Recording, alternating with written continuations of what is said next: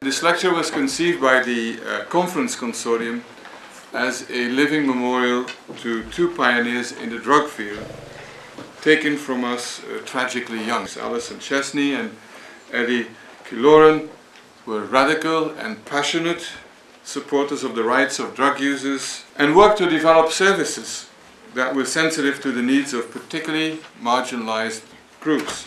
And they both worked in and managed the Roma project in West London, which unfortunately no longer exists, which was a unique residential facility for active drug users, putting harm reduction into practice in a very significant way.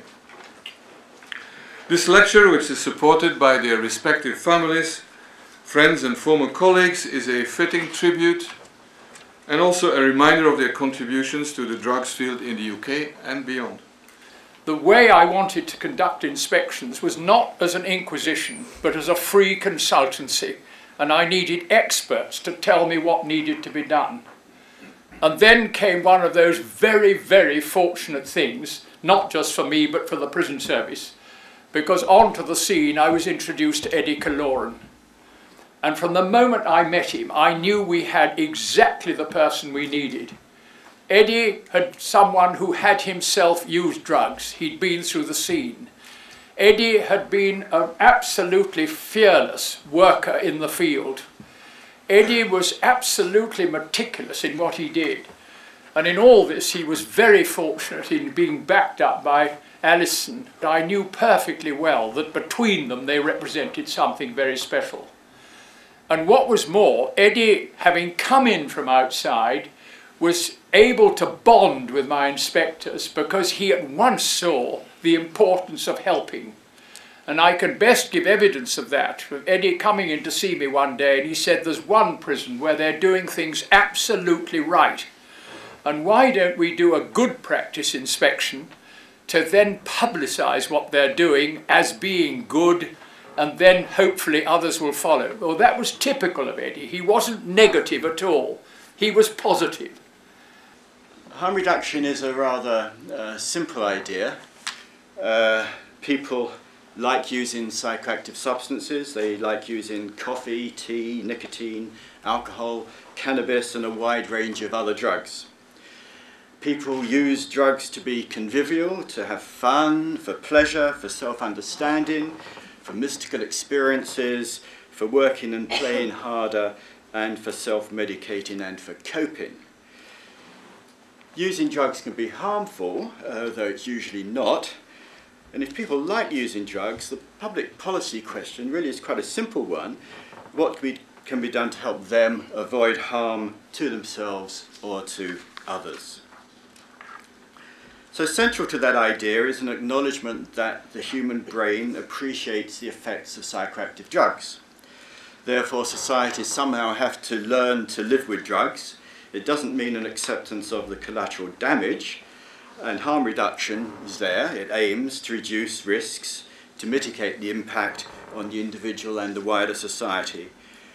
Harm reduction, as I've always argued, is good public health and it's good social policy, and it really should be the underlying principle of all drugs policy, but it's not. Harm reduction projects were guided by the new public health and the model of public health that was embodied in the World Health Organization's Ottawa Charter for Health Promotion.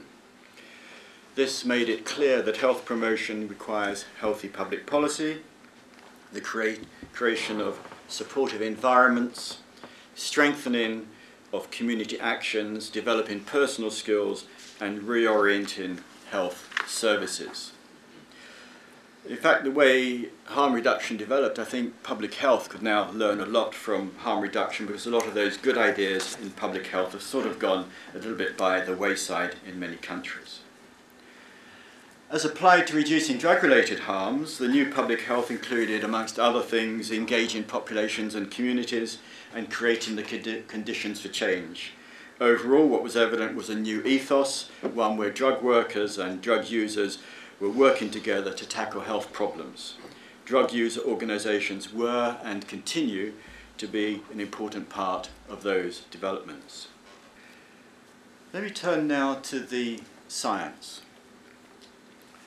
2.5 decades of research on drugs harm reduction has led to sophisticated methods to assess risks and epidemics, to encourage evidence-informed policy. There's also a large evidence base on the effectiveness of harm reduction interventions, well summarised by the World Health Organization and the US Institute of Medicine. Harm reduction is feasible in a wide range of national contexts. Opioid substitution therapy is effective, a finding replicated in many countries. Providing needles and syringes helps people change their behaviour. Multi-component approaches are needed, and the higher the dose of harm reduction, as is shown in Amsterdam, the more protective it is. Harm reduction is a good return on investment. The Australian return on investment studies and the World Bank studies in Asia show that it's an investment even in low prevalence settings. A consequence of the legal regulation of tobacco and nicotine is that the least harmful products are the hardest to obtain. Snus is a Swedish ground tobacco available loose as in a small pouch. It's my only visual aid today. This is snus. Now, many of you people who smoke tobacco here will never have come across this. If you use snus, switching to this, the health gains are nearly as large as quitting tobacco altogether. Swedish men have much lower lung cancer. They have the lowest lung cancer mortality in Europe, and it's because most of them use this little pouch of tobacco. I won't use it because it tastes horrible. If you haven't used it, it's horrible. But if you, in fact, if you use it and you've never used it before, you get quite a buzz from it. But the sale of this in Australia, New Zealand, Iceland, and throughout the EU, except for Sweden, is illegal. I wanted to get some tonight, and I asked a colleague in the UK to post me some, and it was illegal to post it, so it had to be brought by hand tonight. Now, if you smoke and you switch to this, you're going to have a longer life than if you continue to smoke cigarettes. So the legal environment can create risks for us. Harm reduction is now portrayed as part of a Britain broken by labour, burdened by debt, and over-dependent on the state. David Cameron at the Conservative Party conference, to quote, "There are 150,000 people in Britain today who get their heroin substitutes on the state, their addictions maintained by the taxpayer." That's shameless. But by this elision, a recovery in Britain requires recovering addicts. Anne Milton, Parliamentary Under-Secretary of State for Public Health, explained to the Drug Scope conference 2 weeks ago that the government's new strategy will, to quote, be built on a single word, recovery, end of quote.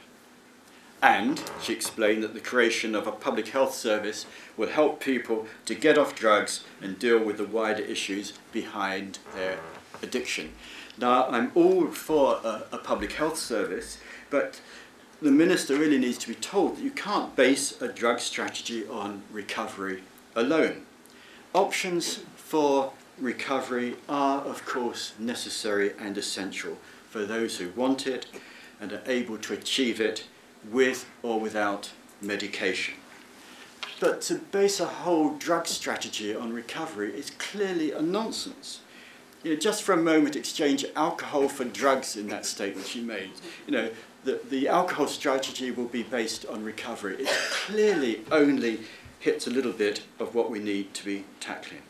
Finally, for too long, public health has focused on the powerless, trying to get drug users, drinkers and smokers to change their risky behaviour. We tend to ignore the broader risk environment in which people live their lives. Moreover, there are so many studies of the knowledge, attitudes and behaviours of drug users, and so few studies of the knowledge, attitudes and behaviours of policymakers. And it's the behaviours of the latter that are much more important. They are the real problem. So at the end of the day, our target as researchers, as public health experts, as drug treatment providers and as advocates, our target should really be the real risk takers, the decision makers who put politics above evidence and are prepared to take risks with other people's lives. Thank you.